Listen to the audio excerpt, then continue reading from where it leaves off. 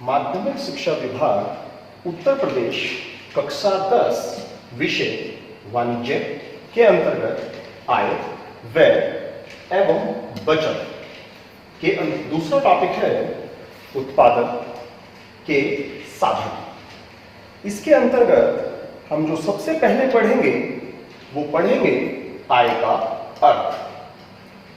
तो आय से क्या आशय होता है? आय से क्या आशय होता है? किसी व्यक्ति द्वारा एक निश्चित समय में किए गए आर्थिक क्रियाकलापों के द्वारा जो प्रतिफल प्राप्त होता है उसे हम आय कहते हैं। अर्थात जितनी भी हम आर्थिक क्रियाएं करते हैं, जितनी भी धन कमाने के उद्देश्य से जितनी भी हम क्रियाएं करते हैं, उन सबको हम आय कहते हैं।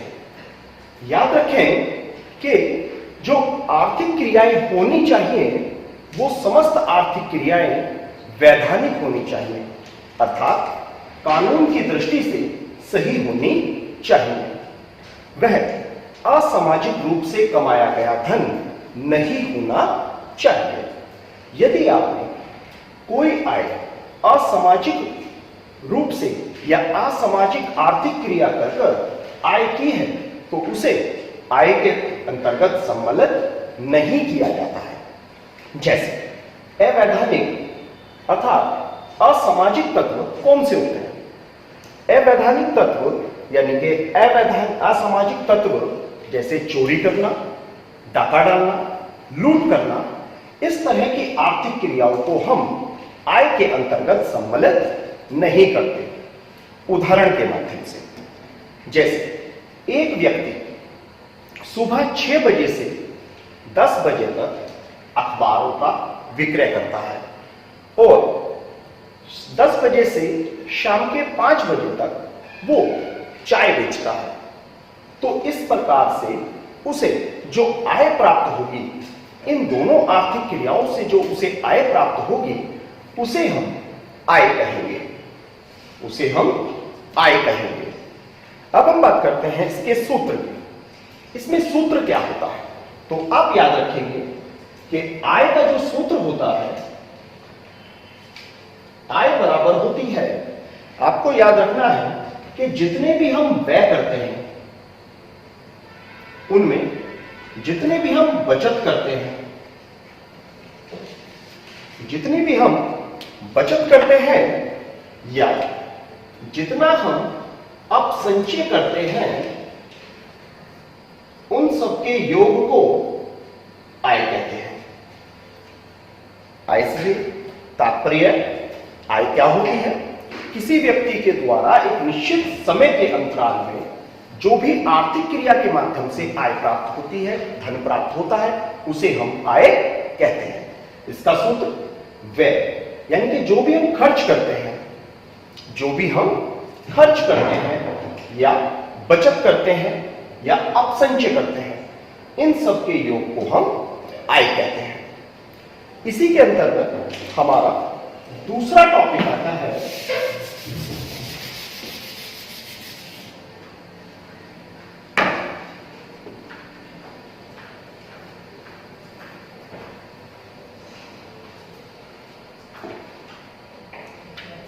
इसी के अंतर्गत हमारा दूसरा टॉपिक आता है व्यय का अर्थ। व्यय क्या होता है? तो व्यय से आशय, व्यय आय का ही एक भाग होता है। जिस प्रकार से हमने सूत्र में देखा था कि व्यय आय का ही एक भाग होता है जिसे मनुष्य अपनी वर्तमान आवश्यकताओं की पूर्ति करने के लिए खर्च करता है, उपयोग में लाता है।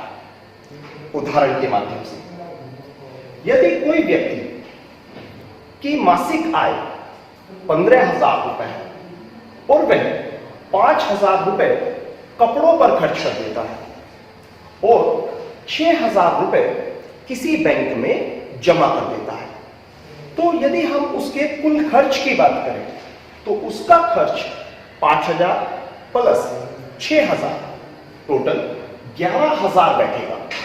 लेकिन अगर हम उसकी व्यय की बात करें तो उसने केवल 5,000 रुपए कपड़ों पर व्यय किया है तो जो उसने कपड़ों पर व्यय किया है वह व्यय, जो खर्च उसने कपड़ों पर किया है वह हमारा व्यय कहलाएगा। 5 जो उसने 6,000 रुपया बैंक में जमा किया है वह व्यय नहीं कहलाएगा, क्योंकि वह उसकी वर्तमान आवश्यकता की पूर्ति नहीं करता है।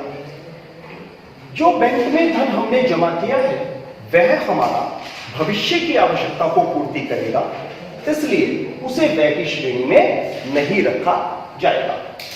सूत्र के माध्यम से इसका सूत्र होता है व्यय बराबर, इसका सूत्र होता है व्यय बराबर आय में से यदि आप अपनी बचत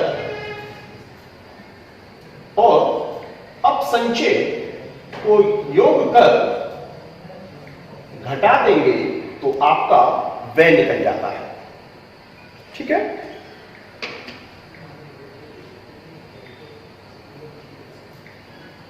अब हम बात करते हैं व्यय के प्रकार। व्यय कितने प्रकार के होते हैं? व्यय के प्रकार, व्यय 2 प्रकार के होते हैं, एक व्यक्तिगत या निजी व्यय, दूसरा सामाजिक व्यय। व्यक्तिगत या निजी व्यय क्या होते हैं? जिन व्ययों को मनुष्य अपने परिवार और अपनी वर्तमान आवश्यकताओं की पूर्ति के लिए खर्च करता है, ऐसे व्ययों को व्यक्तिगत या निजी व्यय कहते हैं। जैसे किसी व्यक्ति के द्वारा अपनी रसोई पर व्यय करना या अपने पुत्र पुत्री की शिक्षा पर व्यय करना, वह उसका व्यक्तिगत या निजी व्यय कहलाएगा। दूसरा सामाजिक व्यय। सामाजिक व्यय हमारे कौन से होते हैं? मनुष्य समाज का प्राणी है, मनुष्य समाज का प्राणी है, तो उसे समाज में रहने के लिए कई प्रकार से व्यय करने पड़ते हैं। तो सामाजिक व्यय 2 प्रकार के होते हैं, एक होते हैं ऐच्छिक सामाजिक व्यय और दूसरा होता है अनिवार्य सामाजिक व्यय। ऐच्छिक सामाजिक व्यय क्या होते हैं? ऐच्छिक सामाजिक व्यय वह व्यय होते हैं जिन व्ययों के लिए मनुष्य के ऊपर किसी प्रकार का कोई वैधानिक दबाव नहीं होता, कोई वैधानिक दबाव नहीं होता। जैसे विद्यालय में मनुष्य द्वारा दिया गया दान या अनाथालय में मनुष्य द्वारा दिया गया दान। इस तरह से वो ऐच्छिक व्यय होते हैं, वो किसी के दबाव में आकर इस प्रकार के दान नहीं करता, व्यय नहीं करता। दूसरा होता है हमारा अनिवार्य सामाजिक व्यय। अनिवार्य सामाजिक व्यय कैसे होता है? जिस पर मनुष्य पर यदि कानून का दबाव होता है, अर्थात वैधानिक दबाव होता है, उसे हम सामाजिक अनिवार्य सामाजिक व्यय कहते हैं। जैसे राज्य सरकार द्वारा और केंद्र सरकार द्वारा लगाए गए मनुष्य पर कर हमारे सामाजिक व्यय कहलाते हैं। इसी के अंतर्गत दूसरा टॉपिक आता है व्यय के महत्व। क्या इंपॉर्टेंस है? एक मनुष्य व्यय क्यों करे, क्यों खर्च करे वो? तो हम बात करेंगे सबसे पहले कि व्यय करने से जीवन स्तर में वृद्धि होती है। मनुष्य, अभी आपने पढ़ा कि मनुष्य एक सामाजिक प्राणी है, तो जैसे वह व्यय करेगा तो उसके जीवन स्तर में वृद्धि हो जाती है, यानी कि उसका जीवन में जो सुविधाएं प्राप्त की जाती है वो व्यय के माध्यम से की जाती है। दूसरा, रोजगार के अवसरों में वृद्धि।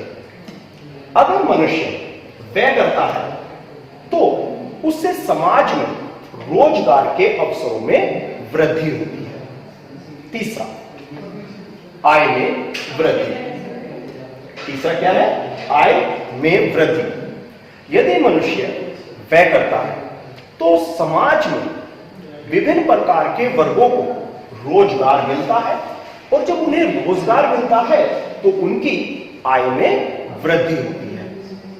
चौथा हमारा इसमें पॉइंट आता है आर्थिक विकास में सहायता। देश के आर्थिक विकास में सहायक व्यय करने के माध्यम से देश में आर्थिक विकास होता है। जब कोई व्यक्ति विभिन्न प्रकार के व्यय करता है तो उससे देश को आर्थिक विकास करने में सहायता प्राप्त होती है। इसी के अंतर्गत हमारा अगला टॉपिक आता है बचत का। बचत क्या होती है?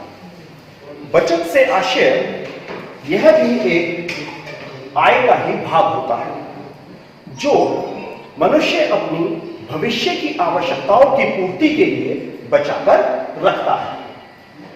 यह बचत मनुष्य दो प्रकार से बचा सकता है, एक अनुत्पादक बचत के माध्यम से और दूसरी उत्पादक बचत के माध्यम से।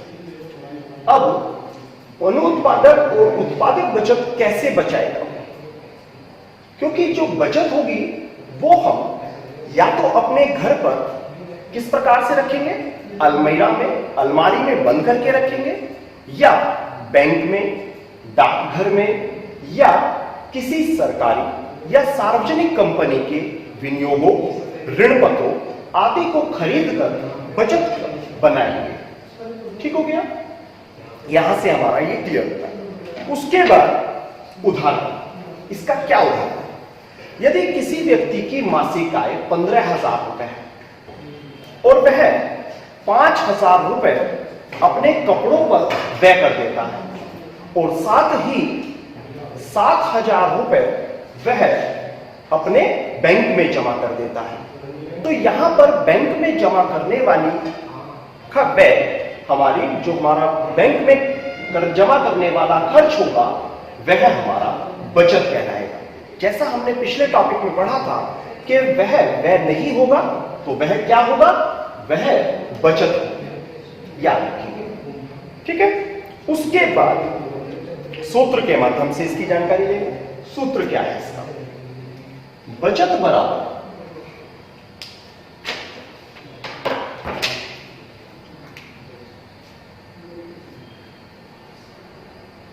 बराबर होती है आय में से व्यय और अपसंचय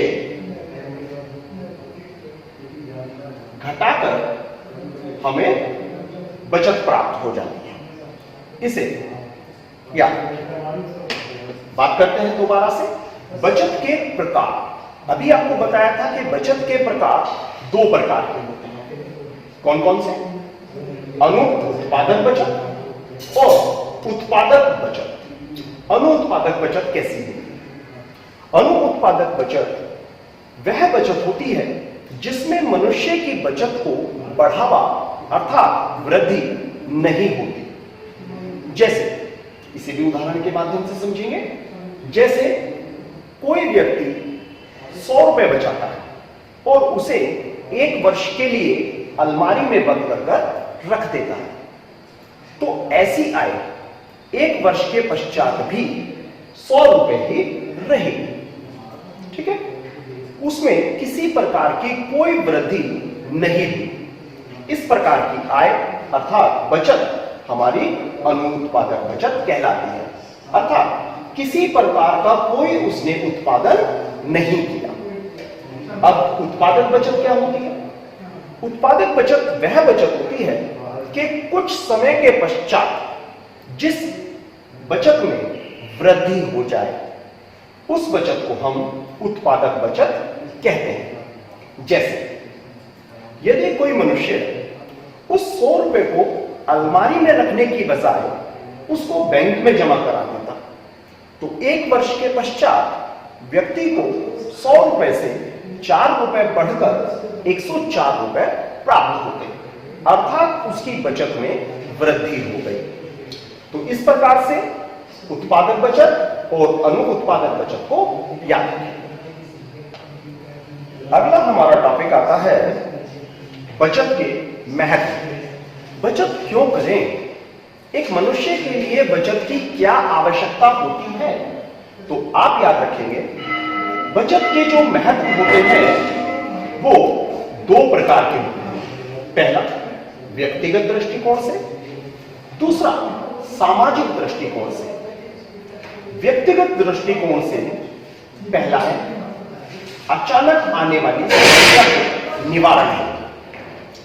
मनुष्य के जीवन में अचानक से विभिन्न प्रकार की समस्याएं आ जाती हैं। जैसे मनुष्य के परिवार में कोई बीमारी आ जाना, तो उसको पूर्ति करने के लिए हमें बचत करनी अनिवार्य होती है।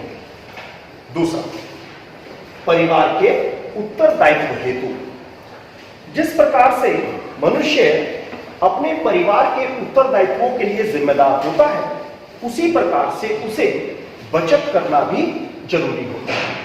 क्योंकि परिवार में बहुत सारे व्यय इस प्रकार के होते हैं कि वह मनुष्य के द्वारा करने के लिए अनिवार्य होते हैं। जैसे पुत्र पुत्री की शिक्षा का वहन, पुत्र या पुत्री की शादी के लिए व्यय करना।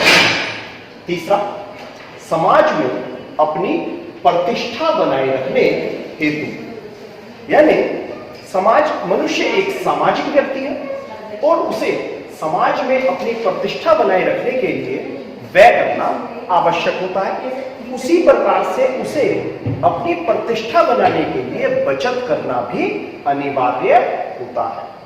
चौथा पॉइंट, वृद्धावस्था में उपयोग।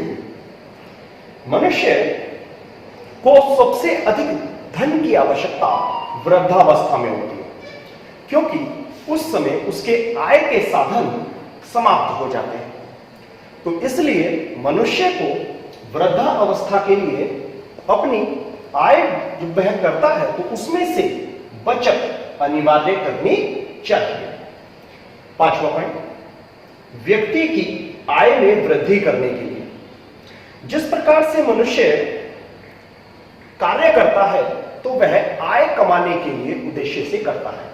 तो व्यक्ति चाहे तो बचत के माध्यम से वह अपनी आय में वृद्धि भी कर सकता है। जैसे कोई व्यक्ति यदि 100 रुपए प्रति माह के हिसाब से डाकघर में एफडी करा, यानी कि स्थायी जमा करते, तो 10 वर्ष 4 माह तक वह जमा करता रहेगा। 10 वर्ष 4 माह के पश्चात डाकघर उसको 100 रुपए प्रति माह के हिसाब से ब्याज देता रहेगा। अब ये उसकी लाइफ टाइम, यानी कि पूरे जीवन के लिए आय का साधन बन गया। अगला पॉइंट आता है हमारा अनावश्यक व्यय पर नियंत्रण के लिए। अनावश्यक व्यय जो व्यक्ति फिजूल खर्ची करता है, उन पर रोक लगाने के लिए हमें बचत करना जरूरी होता है। अब जैसा कि बताया गया है कि मनुष्य सामाजिक प्राणी है, तो सामाजिक दृष्टिकोण के माध्यम से बचत के महत्व। पहला, जीवन स्तर उच्च करने के लिए। मनुष्य सामाजिक प्राणी है, यदि वह बचत करता है तो उसका जीवन स्तर भी उच्च श्रेणी का हो जाएगा। दूसरा, पूंजी निर्माण में सहायता। जिस प्रकार से हमने व्यक्तिगत दृष्टिकोण में देखा था कि आय में वृद्धि होती है, उसी प्रकार से मनुष्य यदि बचत करता है तो उसकी पूंजी में भी वृद्धि होती है। निर्माण से तात्पर्य यहां पर वृद्धि से है। देश का आर्थिक विकास करने हेतु, देश का आर्थिक विकास, यदि मनुष्य अपनी बचत को बैंकों में, डाकघर में जमा करता है, तो ऐसे जमाओं से देश अपनी आर्थिक जो क्रियाएं होती हैं उन्हें पूर्ण कर सकता है, और उन्हें पूर्ण करने के माध्यम से देश का आर्थिक विकास होता है। चौथे, देश को सुदृढ़ बनाने के सहायक। यदि सभी व्यक्ति अपनी बचत को बैंकों में, डाकघर में जमा करेंगे, तो याद रखिए कि जितना पैसा हमारे देश के बैंकों में और डाकघरों में जमा होगा, उतना ही बैंक, उतना ही देश हमारा सुदृढ़ बनेगा। बैंकिंग, बीमा क्षेत्र में विकास हेतु बैंक में जमा राशि बढ़ जाने के कारण देश का आर्थिक विकास होता है, साथ ही साथ बैंकिंग और बीमा क्षेत्र में भी विकास होता है। अगला हमारा इसमें टॉपिक आता है उत्पादन अर्थात उत्पत्ति के साधन या उपादान। ये क्या होता है? इसमें आप सीखेंगे, सबसे पहला पॉइंट है आपका उत्पादन से क्या आशय है। उत्पादन यानी कि किसी वस्तु का निर्माण करना। जिस प्रकार से आपने विज्ञान में सीखा है कि मनुष्य किसी भी वस्तु का ना तो निर्माण कर सकता है और ना ही उत्पादन कर सकता है, उसी प्रकार से केवल किसी वस्तु या सेवा में उपयोगिता सर्जन करना यानी कि उसके आकार में, उसके रूप में केवल परिवर्तन करना, उसकी विनिमय शक्ति को बढ़ा देना उत्पादन कहलाता है। यानी किसी भी प्रकार से यदि किसी वस्तु का विनिमय शक्ति बढ़ जाता है, उसका मूल्य बढ़ जाता है, तो उसे उत्पादन कहते हैं। जैसे एक पेड़ के द्वारा लकड़ी प्राप्त कर उससे फर्नीचर बनाना, उससे कागज बनाना, तो पेड़ का मूल्य बढ़ जाएगा, तो वहां पर वह उत्पादन का कार्य करेगा। अब हम बात करते हैं उत्पादन के प्रकार। उत्पादन कितने प्रकार का होता है? तो उत्पादन आपके 6 प्रकार का होता है। पहला, रूप परिवर्तन द्वारा उत्पादन। यदि किसी वस्तु के रूप में परिवर्तन कर दिया जाए तो वहां पर उत्पादन होगा।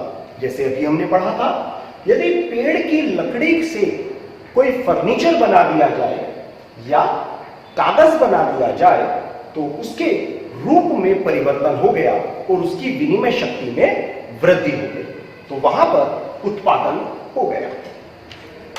दूसरा हमारा इसमें पॉइंट आता है स्थान परिवर्तन द्वारा उत्पादन। जहां पर वस्तु की मात्रा अधिक होती है वहां पर वस्तु का कोई महत्व नहीं होता, तो वस्तु को यदि स्थान परिवर्तन करा दिया जाए, अर्थात जहां पर उस वस्तु की मात्रा कम है वहां पर उसको हस्तांतरण कर दिया जाए, तो उस वस्तु का महत्व बढ़ जाएगा, अर्थात उत्पादन हो जाएगा। तीसरा, समय परिवर्तन द्वारा उत्पादन। किसी वस्तु के उत्पादन में समय महत्व रखता है। यदि किसी वस्तु का समय परिवर्तन कर दिया जाए तो उसमें भी उत्पादन हो जाता है। चौथा हमारा पॉइंट है अधिकार परिवर्तन द्वारा उत्पादन। अधिकार से तात्पर्य यहां पर स्वामित्व से होता है। अधिकार से तात्पर्य यहां पर स्वामित्व से होता है। तो यदि किसी वस्तु के स्वामित्व में हस्तांतरण कर दिया जाए, मालिकाना हक में हस्तांतरण कर दिया जाए, तो वस्तु के विनिमय शक्ति में, आवश्यकता में वृद्धि हो जाती है। उदाहरण के तौर पर एक औषधि का विक्रेता औषधि की कीमत नहीं जानता, लेकिन वही वस्तु, वही औषधि यदि एक रोगी को प्राप्त हो जाए तो वह उसके लिए अनिवार्य होगी, आवश्यक होगी, महत्व रखती होगी। अगला है हमारा सेवा द्वारा उत्पादन, ज्ञान द्वारा उत्पादन, इंपॉर्टेंट। अगला हमारा टॉपिक आता है उत्पादन को प्रभावित करने वाले तत्व। उत्पादन को प्रभावित करने वाले तत्व 2 प्रकार के होते हैं, एक आंतरिक तत्व और एक बाह्य तत्व। आंतरिक तत्व उत्पादन के साधनों का कुशल है। यदि किसी वस्तु के निर्माण में जो साधन प्रयोग किए जा रहे हैं यदि वो कुशल हैं तो उत्पादन अच्छा होगा, और यदि उत्पादन के जो साधन हैं वो अकुशल हैं तो वहां पर उत्पादन खराब होगा। उत्पादन हेतु उचित योजना का निर्माण। जब किसी वस्तु का निर्माण किया जाता है तो उससे पहले हमारे उत्पादन के विभिन्न साधनों को एक उचित उनमें निश्चित अनुपात का निर्माण किया जाता है। उनमें योजना बनाई जाती है कि किस साधन को किस अनुपात में मिश्रित करना है। अगला हमारा पॉइंट आता है साधनों का अनुकूलतम संयोग स्थापित करना। साधनों को एक निश्चित अनुपात में योग लगाना और उनसे अच्छे से अच्छी वस्तु प्राप्त करना और कम लागत पर प्राप्त करना, ये हमारा उत्पादन को प्रभावित करते हैं। अगला हमारा पॉइंट आता है बाह्य तत्व। बाह्य तत्व कौन से होते हैं? प्राकृतिक दशाओं का अनुकूल होना। ये क्या होता है? यदि किसी देश में प्राकृतिक दशाएं अनुकूल हैं, अर्थात वहां पर प्राकृतिक संसाधन भरपूर मात्रा में है, तो वहां पर उत्पादन अच्छा होगा। इसके विपरीत यदि किसी देश में भूकंप, बाढ़ इत्यादि ज्यादा आती हैं, तो वहां पर उत्पादन खराब होगा। दूसरा, पर्याप्त पूंजी की उपलब्धता। यदि किसी देश में किसी व्यापार में पूंजी की मात्रा पूर्णतः यानी कि पर्याप्त है, तो वहां पर उत्पादन बहुत कुशल होगा। और यदि पूंजी की मात्रा पर्याप्त नहीं है, तो वहां पर उत्पादन अकुशल होगा। नेक्स्ट, मानवीय संसाधनों की उपलब्धता। यदि मानवीय संसाधन कुशल रूप में प्राप्त हो रहे हैं, तो वहां पर उत्पादन अच्छा होगा। यदि मानवीय संसाधन वहां पर अच्छे प्राप्त नहीं हो रहे हैं, तो वहां पर उत्पादन खराब होगा। अब हम बात करते हैं उत्पादन के साधन। उत्पादन के कौन कौन से साधन होते हैं? तो आप याद रखेंगे, उत्पादन के 5 प्रकार के साधन होते हैं। पहला भूमि, दूसरा श्रम, तीसरा पूंजी, चौथा संगठन, पांचवा साहस। अब इनके बारे में जानते हैं। भूमि, सामान्य तौर पर भूमि की बाहरी परत को भूमि जाना जाता है, लेकिन अर्थशास्त्र के अंतर्गत भूमि के अंतर्गत हम भूमि की बाहरी परत को, पहाड़ों को, झरनों को, नदियों को आदि सभी को भूमि में सम्मिलित करते हैं। दूसरा हमारा पॉइंट आता है श्रम। जब कोई व्यक्ति किसी वस्तु का उत्पादन करने के लिए मानवीय संसाधन का प्रयोग करता है, तो उसे हम श्रम के अंतर्गत लेते हैं। मानवीय संसाधन 2 प्रकार के होते हैं, एक शारीरिक श्रम और एक मानसिक श्रम। तीसरा हमारा इसमें आता है पूंजी। पूंजी किसी भी वस्तु का निर्माण करने से यदि आपके धन में वृद्धि होती है, तो उसे पूंजी के अंतर्गत लिया जाता है। चौथा हमारा पॉइंट आता है संगठन। किसी भी वस्तु का निर्माण करने से पूर्व उसके सभी क्रियाओं को एक साथ मिला लिया जाता है, अर्थात इन सभी उत्पादन के सभी तीनों संगठनों को किस अनुपात में मिलाना है, यह हमारे संगठन के अंतर्गत आता है। पांचवा हमारा पॉइंट है साहस। इन तीनों कार्यों में करने के लिए पूंजी की आवश्यकता होती है, यानी कि धन की आवश्यकता होती है। जब कोई व्यक्ति किसी वस्तु का निर्माण करता है, तो वह वस्तु बाजार में विक्रय होगी या नहीं होगी, यह उसे वर्तमान में नहीं पता होता है। यह बिक्री का जो आधार होता है, यह भविष्य पर आधारित होता है। और जो व्यक्ति जब वस्तु का निर्माण करता है और भविष्य को आधार मानकर इन सभी साधनों का एक साथ प्रयोग कर लेता है, तो उस व्यक्ति को साहसी कहते हैं। अर्थात वह व्यक्ति इतना साहस रखता है कि लाभ के स्थान पर यदि हानि हो जाए, तो वह उसको सह सके। धन्यवाद।